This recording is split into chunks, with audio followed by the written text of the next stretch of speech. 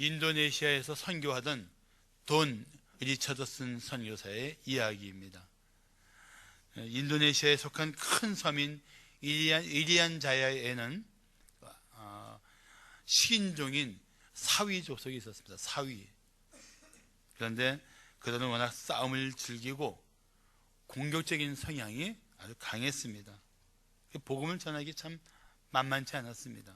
더욱이 그들은 배반을 미덕으로 여겼기 때문에 예수님을 전했지만 사실은 가룟 유다를 더 영웅으로 여겼던 사람들입니다. 희한하죠? 희한하잖아요. 선교사는 이런 사람들에게 어떻게 복음을 전할까 고민하게 되었습니다. 그러던 어느 날 이들의 전통 의식을 보다가 특별한 생각을 했습니다. 이들은 두 부족이 싸우다가 한 부족이 지면 패배한 부족의 추장이 자기의 아들을 승리한 부족의 추장에게 제물로 갖다 바쳤습니다.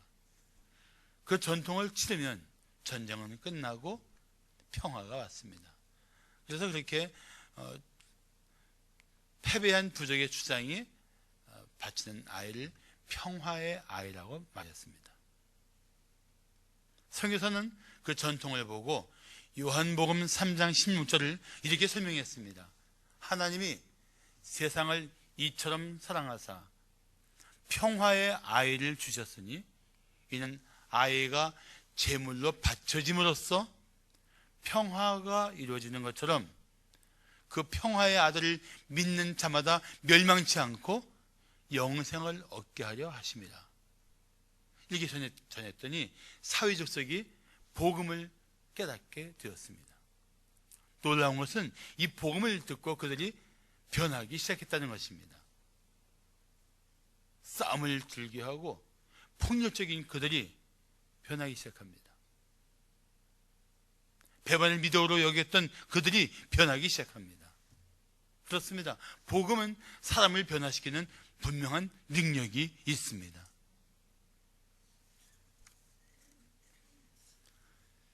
복음이 바로 들어간 사람은 반드시 변합니다. 예수님의 십자가는 하나님과 죄인인 인간을 화평하게 합니다. 예수님의 십자가는 이웃과 이웃을 화평하게 합니다. 예수님의 십자가는 자기 자신에 대해서 용서할 수 없다고 자기 자신에 대해서 분노를 하고 있었던 이 자기와의 이 깨어진 평화를 다시 회복시키는 능력이 있습니다.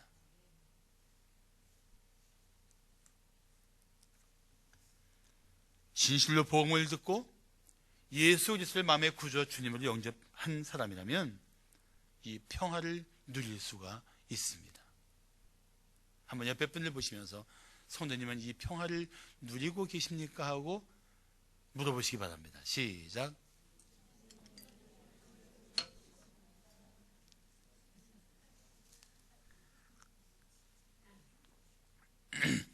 혹시 죄로 인해 아직도 마음의 기쁨과 평화를 잃어버린 채 살고 있다면 다시 십자가 앞에 나아가 자신의 죄를 자백하십시오. 진정한 자백을 하는 순간 당신의 모든 죄는 깨끗이 씻어질 것입니다. 그리고 그 마음에 새로운 평강, 새로운 기쁨이 회복될 줄로 믿습니다. 이 은혜는 십자가에서 흘리신 보혈의 능력이 얼마나 강력한 것인지를 깨닫게 할 것입니다. 그리고 십자가의 보혈이 우리를 얼마나 온전케 할 수 있는지를 마침내 경험하게 할 것입니다. 자, 침례 요한이 증언하는 예수님은 어떤 분이십니까? 첫째, 속죄의 제물로 오신 분이십니다. 속죄의 제물로 오신 분. 좀 오래된 얘기인데 대학에 다니다가 군대 간 사람이 있었습니다. 고참들이 하도 못 살게 구니까 너무 괴롭히니까 견디다 못해 고참을 죽였습니다. 그리고 그는 군 법정에서 사형 선고를 받습니다. 주님께 이 사실을 알게 된 어머니가 그 아들 때문에 몹시 괴로워합니다. 홀로 키워서 서울대학교까지 보낸 정말 생명을 걸고 사랑하던 아들이었습니다. 그래서 이 어머니가 스스로 목숨을 끊었습니다. 그 어머니가 달랑 남긴 편지 한 장에는 이런 글이 적혀 있었습니다. 이 애미가 대신 죽었으니 제발 내 아들은 살려주세요. 이 애미가 대신 죽었으니 제발 내 아들은 살려주세요. 목숨을 건 호소는 선고에 아무 영향도 주지 못했습니다. 그러나 하나님은 달랐습니다. 하나님은 죄에 빠진 우리를 구원하시기 위해서 그 아들을 내어주셨습니다. 그리고 하나님이 십자가에서 흘리신 그 예수님의 피로 우리의 모든 죄를 깨끗하게 씻어주셨습니다. 이것이 십자가에서 나타난 놀라우신 하나님의 사랑이요 하나님의 은혜입니다. 오늘 본문 29절을 말씀하기를 이튿날 요한이 예수께서 자기에게 나오심을 보고 이르되 보라 세상 죄를 지고 가는 하나님의 어린 양이로다라고 외칩니다. 이 말씀은 예수님이 이 세상에 오신 목적을 아주 명백하게 보여주고 있는 말씀입니다. 유대인들은 어린 양이라는 말을 들으면 거의 순간적으로 유월절 어린 양을 떠올립니다. 왜냐하면 예수님이 애굽의 노예로 있던 이스라엘 백성들을 구원하기 위해서 애굽 땅에 10가지 재앙을 내릴 때 마지막 재앙이 죽음의 재앙입니다. 그런데 이 죽음의 재앙이 건너가게 하는 하나님의 방법이 어린 양의 피로 임방과 좌우 문설주에 어린 양의 피를 바르는 것이었습니다. 그래서 이 유월절 어린 양 하면 죽음의 심판이 건너가고 생명을 얻는 것으로 유대인들은 아주 명백하게 이해를 했습니다. 그런데 십자가에서 대속의 피를 흘리신 예수님을 고린도전서 5장 7절 하반절은 이렇게 말씀합니다.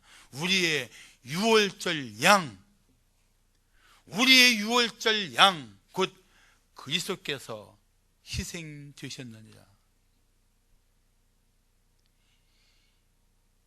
애굽에서 건지기 위해 죽었던 이 유월절 어린 양이 바로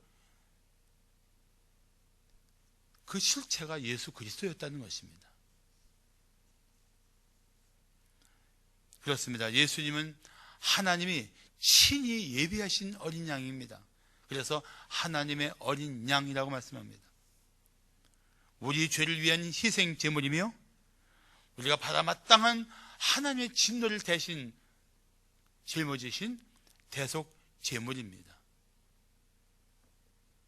그래서 이 죄를 지고 간다는 말씀은 내 죄를 씻어주려고 예수님이 나 대신에 죄를 짊어지셨다는 뜻이고, 보라 세상 죄를 지고 가는 하나님의 어린 양이로다라는 말씀은 세상의 모든 사람의 죄를 해결하기 위해서 예수님이 그 죄를 짊어지시고 죄값을 치르기 위해 이 땅에 오셨다는 뜻입니다. 예수님을 본 순간 세례 요한은, 침례 요한은 그 놀라운 사실을 깨닫고 외쳤던 것입니다. 보라 세상 죄를 지고 가는 하나님의 어린 양이로다. 그 어린 양 예수가 지으신 그 죄의 짐에 내 짐이 있었고 우리 성도들의 짐이, 죄의 짐이 다 있었던 것입니다. 예수님도 스스로 이렇게 말씀하십니다. 인자가 온 것은 섬김을 받으려 함이 아니라 도리어 섬기려 하고 자기 목숨을 많은 사람의 대속물로 주려 함이니라.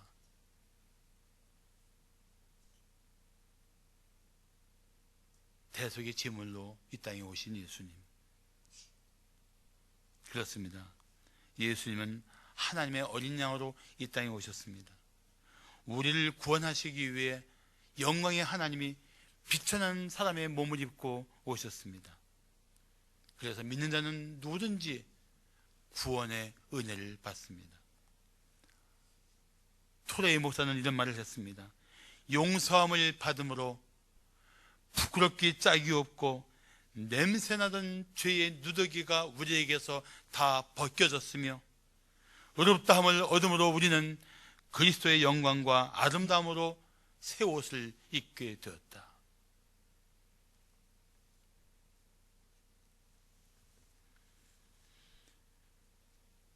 어린 양으로 오신 예수님의 죽으심으로 우리는 특별한 은혜를 누리고 있습니다. 그렇다면 우리는 그 은혜를 입은 자답게 살아야 합니다. 누구보다 하나님을 사랑해야 합니다.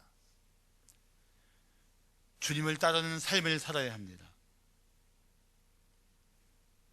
예수님처럼 사랑하는 이들을 위해서 자신을 기꺼이 낮출 줄 알고 자신을 희생해서라도 생명을 살리는 일들에 자신을 내어줄 줄 아는 삶을 살아야 합니다.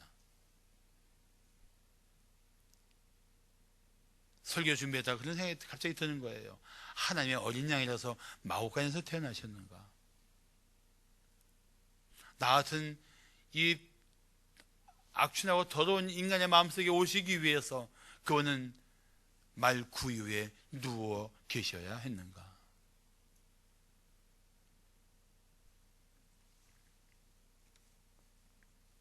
이제 예수님을 믿는 성도라면 영적인 자유를 누려야 합니다. 회개하고 진실로 죄를 미워하는 성도라면 죄책감을 다 내려놓아야 합니다. 그리고 다시 은혜의 찬송을 부르며 살아야 할 것입니다. 이사야서 53장 5절과 6절은 이렇게 말씀합니다.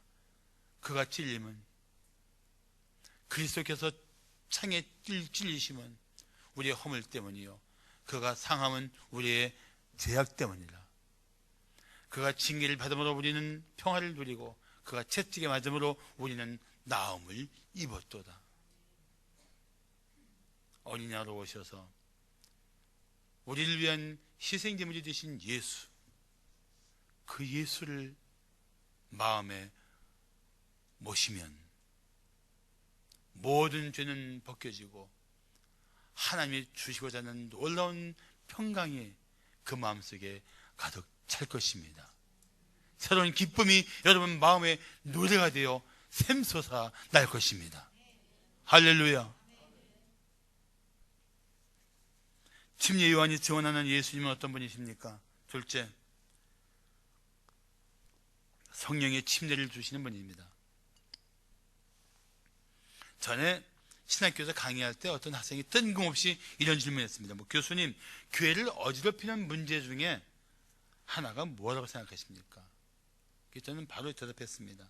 그 중에 하나 주목할 것이 교회의 세속화입니다. 교회 세속화는 교회가 하나님보다도 세상의 방식으로 일을 하려는 것입니다. 하나님 말씀보다는 세상의 논리로, 성령의 인도보다는 자신의 생각으로, 교회법보다는 사회법으로 살려는 그러한 태도가 나오는 것입니다. 성도는 성령과 성령의 인도와 성령의 진리를 따라 살아가야 합니다. 교회도 마찬가지입니다. 교회도 세상적인 방식, 세속적인 가치관 거부하고 성령이 우리를 어떻게 이끌어 가시는가, 성령이 우리에게 무엇을 말씀하시는가, 거기에 온전히 집중할 줄 알아야 합니다. 오늘 보면 30절을 말씀하기를, 내가 전에 말하기를, 세례 요한, 침례 요한이 하는 말입니다. 내가 전에 말하기를 내 뒤에 오는 사람이 있는데 나보다 앞선 것은 그가 나보다 먼저 계심을 한 것이 이 사람을 가리킴이라 하고 예수를 말합니다. 그런데 먼저 계시다는 얘기를 지난번에 말씀드렸지만 선체라고 해요. 선체. 단순히 얼마 앞선 것이 아니고 영원전부터 영광 중에 계셨던 그분, 하나님이신 그분을 말하는 겁니다. 그러면서 32절, 33절에 31절에 이렇게 말합니다. 나도 그를 알지 못하였으나 내가 와서 물로 침례를 베푸는 것은 선지하셨던 그분을 이스라엘에 나타내려 합니다. 세례 요한은, 침례 요한은 철저히 자신의 사역이 바로 예수 그리스도를 위한 사역임을 말해주고 있습니다. 그런데 그 예수님이 나타나실 때 이 세례 요한이, 침례 요한이 예수님에게 침례를 합니다. 32절 33절 보시면 요한이 또 증언하여 이르되 내가 봄에 성령이 비둘기같이 하늘로부터 내려와서 그의 위에 머물렀더라.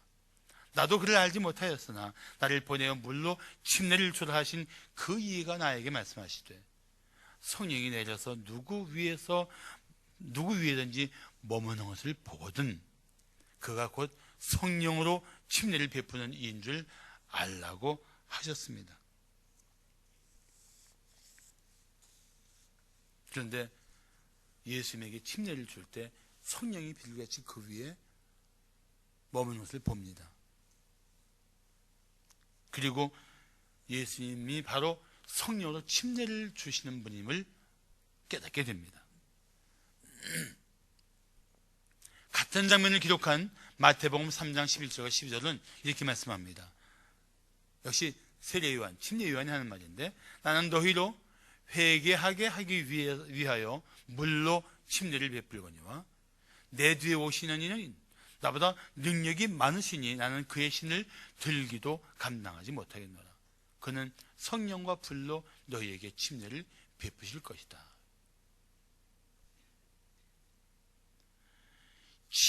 성령의 침례를 주신다는 얘기는 뭐냐면 예수를 마음의 구주 주님을 영접하는 순간 성령이 내 마음에 들어오신 것을 말합니다. 성령의 내주라고 합니다. 성령의 내주.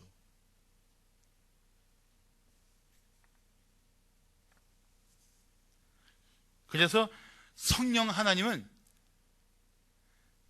예수를 믿는 자 안에 거하십니다. 그것을 성령의 내주라고 한다고요. 내주.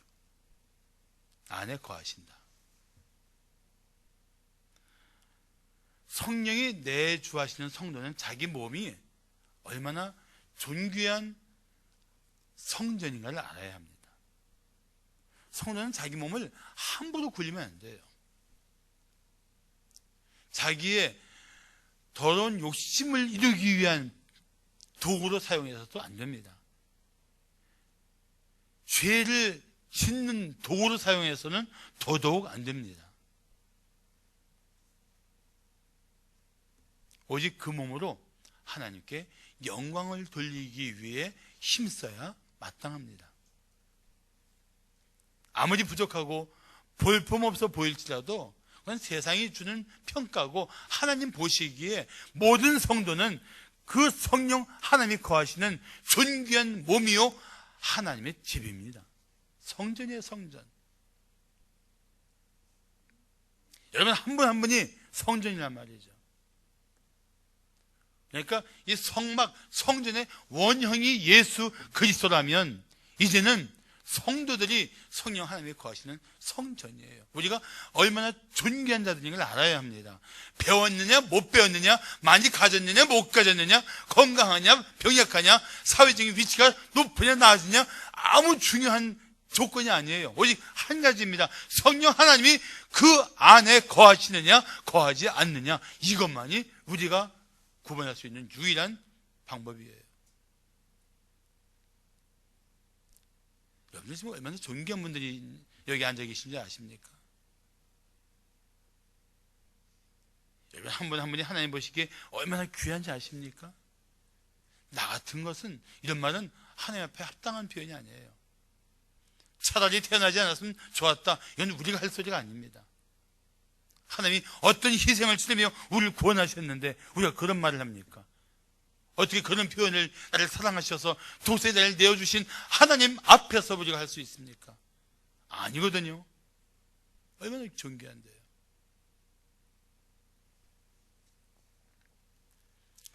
그래서 고린도 전서 6장 10절과 20절을 말씀하기를, 너희 몸은 너희가 하나님께로부터 받은 바 너희 가운데 계신 성령의 전인 줄을 알지 못하느냐?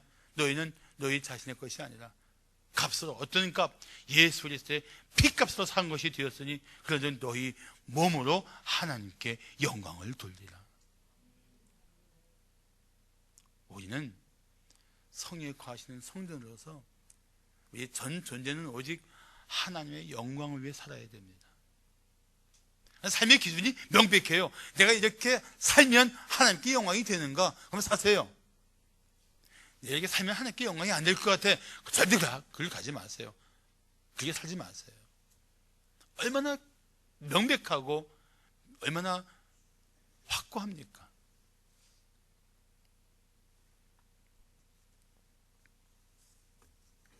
우리가 성령 충만을 사모해야 할 이유가 거기에 있습니다. 성령 충만을 하기 위해서는 죄를 다 자백해야 합니다. 성령 충만을 갈망해야 합니다. 그리고 성령이 내 안에서 내 마음과 생각을 다 지배하실 거란 말이죠. 그럼 하나님이 기쁘시는 삶을 살게 되거든요.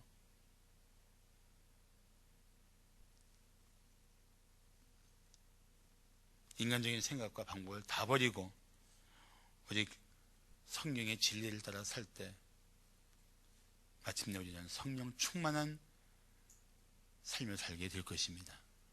성탄의 계절에 난 이 결단으로 다시 한번 예수님을 여러분 마음에 깊이 모시는 은혜가 있기를 축복합니다.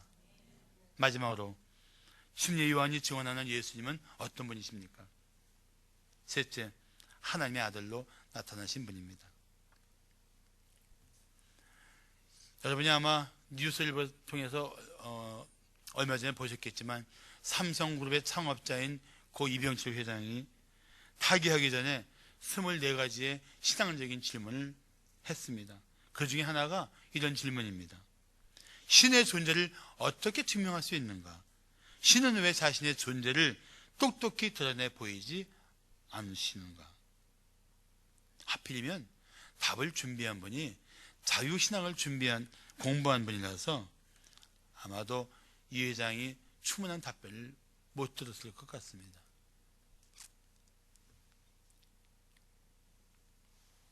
안타까운 일입니다. 그런데 이 회장뿐만이 아니라 많은 사람들이 하나님을 만나고 싶어 합니다. 그런데 간단합니다. 하나님을 만나려면 예수님을 만나야 합니다.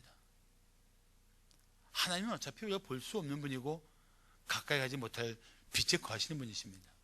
그러나 예수님은 우리에게 자신을 보여주신 하나님이십니다. 그 예수님을 만나면 하나님을 만나게 되어 있어요. 예수를 바로 만나야 됩니다. 오늘 보면 34절을 말씀하기를 내가 보고, 세례 요한이, 침례 요한이 하는 말이에요. 내가 보고 그가, 예수님이 하나님의 아들이심을 증언하였노라. 와, 이분이 하나님의 아들이시다. 이거는 요한뿐만이 아니고 사복음서에도 나오는 있는 거예요. 마태복음에 보면 그래서 요한복음에서도 이 성경을 다 기록한 다음에 요한복음 20장 31절에서 이런 말씀을 합니다. 오직 이것을 기록하면 너희로 예수께서 하나님의 아들 그리스도이심을 믿게 하려 함이요. 하나님의 아들이 누구라고 마음 한뜻 그리스도이심을. 하나님의 아들이 메시아로 오신 거예요. 인간이 아니에요. 인간이 메시아 역할을 할 수 없으니까 하나님의 아들이 그리스도로 오신 거예요. 믿게 하려 하며 또 너희로 믿고 그 이름을 힘입어 생명을 얻게 하려 하심이니라. 하나님과 사람 사이에 중보자가 필요한데 인간은 다 죄에 빠져 있으니까 죄가 없는 한 속죄 제물로 하나님이 이 땅에 오신 게 예수 그리스도예요. 하나님의 아들 곧 그리스도 이렇게 표현하고 있는 것입니다. 사복음서에도 나와 있는데 예수님이 침례받을 때 이야기입니다. 마태복음 3장 16절 17절 보시면 예수께서 침례를 받으시고 곧 물에서 올라오실 때 하늘이 열리고 하나님의 성령이 비둘기같이 내려 자기 위에 임하심을 보시더니 하늘로부터 소리가 있어 말씀하시되 이는 내 사랑하는 아들이요 내 기뻐하는 자라. 내 사랑하는 아들이요 내 기뻐하는 자라. 하나님이 말씀하신 거예요. 한 번은 예수님이 베드로, 야고보, 요한 세 제자를 데리고 변화산에 올라가십니다. 그때 하나님이 또 그들에게 말씀하십니다. 자, 보시면 마침 구름이 와서 그들을 덮으며 구름 속에서 소리가 나되 이는 내 사랑하는 아들이니 너희는 그의 말을 들으라. 하나님께서 말씀하신 거예요. 이는 내 사랑하는 아들이니 너희는 그의 말을 들으라.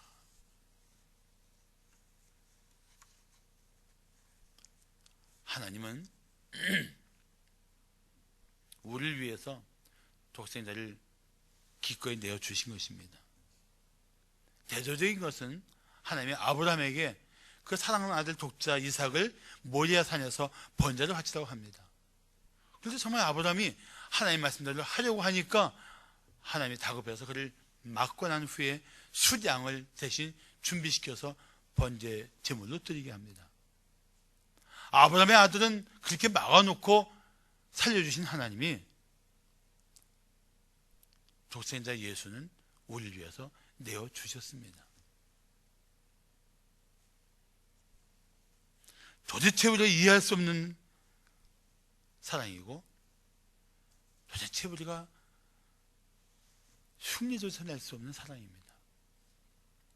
우리가 무엇이고 한데 우리를 사랑해서 그런 엄청난 희생을 치르면서까지 우리를 사랑하시고 우리를 구원하기를 원하셨을까? 참 이해하기 힘든 사랑이에요. 그래서 요한일서 4장 9절 말씀하기를 하나님의 사랑이 우리에게 이렇게 나타난 바 되었으니 하나님이 자기의 독생자를 세상에 보내심은 그런 말미암아 우리를 살리려 하십니다. 우리 살리시려고, 죽음마땅한 우리를 살리시려고 독생자를 기꺼이 내어주신 하나님, 이 사랑을 우리가 어떻게 다 이해할 수 있겠어요? 하나님이 당신을 얼마나 사랑하는 줄 아십니까? 확인하고 싶다면 십자가를 바라보십시오. 당신이 지금 살고 있는 삶이 너무나 힘겨워서 하나님이 나를 정말 사랑하시는가 궁금하다면 다시 눈을 들어 십자가를 바라보십시오. 당신이 지금 육체의 즐거움 가운데 있어서 내가 이렇게 허무하게 내 인생 끝나는 게 아닌가, 이게 하나님의 계획의 전부인가 싶다면 다시 눈을 들어 십자가를 바라보십시오. 경제적인 몽해가 너무 견디기 힘들어서 난 이렇게 살다가 내 인생 마지막인가 보다 싶은 비참한 마음이 든다면 다시 눈을 들어 십자가를 바라보십시오. 거기에 당신을 너무도 사랑하셔서 독생자를 내어주신 하나님의 사랑이 보일 것입니다. 그 사랑을 보면 우리 이런 말이 나와야 돼요. 하나님, 그렇게 저를 사랑하셨군요. 하나님, 그렇게 저를 사랑하셨어요. 하나님의 아들을 내어주시면서까지 저를 사랑하셨어요. 그 사랑을 다시 깨닫고 그 사랑을 받은 그 기쁨을 노래할 수 있는 성탄절이 되어야 하지 않겠습니까?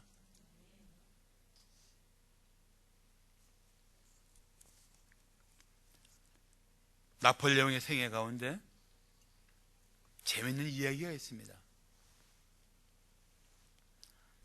프랑스의 나폴레옹을 얘기하는 겁니다. 어떤 사람이 그에게 찾아와 말했습니다. 내가 종교를 하나 시작했는데 어려운 일은 사람들이 나를 믿게 하는 것입니다.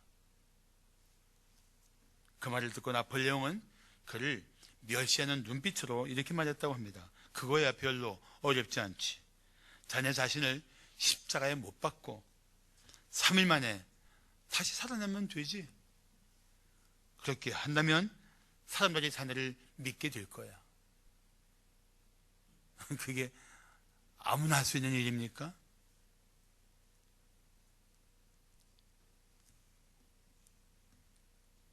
하나님의 사람이 되어 이 땅에 오신 이 인류 최대의 사건이 누가 감히 생각이나 할 수 있는 일입니까? 도저히 있을 수 없는 일이 하나님의 구원의 계획 가운데 예언되어졌고 그 예언이 온전히 이루어짐으로 예수님이 이 땅에 몸을 입고 오셨습니다. 아기로 태어나셨습니다. 인간의 그 모든 연약함과 고통을 다 겪으시면서 예수님이 이 땅에서 인간으로 존재하셨습니다. 사람들은 예수님이 단지 위대한 스승인 것처럼, 위대한 인물인 것처럼 평가합니다. 그가 정말 위대한 인물이고 그분이 참으로 탁월한 도덕적 가치를 가진 분이라면 그분이 하는 말을 믿어야 합니다. 근데 그분이 하는 말은 다른 사람들과 전혀 달랐습니다. 나는 하나님의 아들이다. 내가 곧 길이요 진리요 생명이니 나로 말미암지 않고는 아버지께로 올 자가 없느니라. 나는 부활이요 영생이다. 누가 이런 말씀을 흉내낼 수 있습니까? 그 위대한 인물이 하신 그 말씀을 믿든지 아니면 그분을 미치광이 치고 패야 옳지 않습니까? 미치광이가 사람을 변화시키고 세상의 역사를 변화시킵니까? 아니거든요. 논리적으로 따져도 그분은 진실로 하나님의 아들이십니다. 그런데 하나님의 어린 양으로 우리를 위한 대속제물로 이 땅에 오신 것입니다. 우리 같은 죄인이 어떻게 죄를 용서받을 수 있습니까? 대속하신 분의 희생이 있었기 때문입니다. 그분이 누구입니까?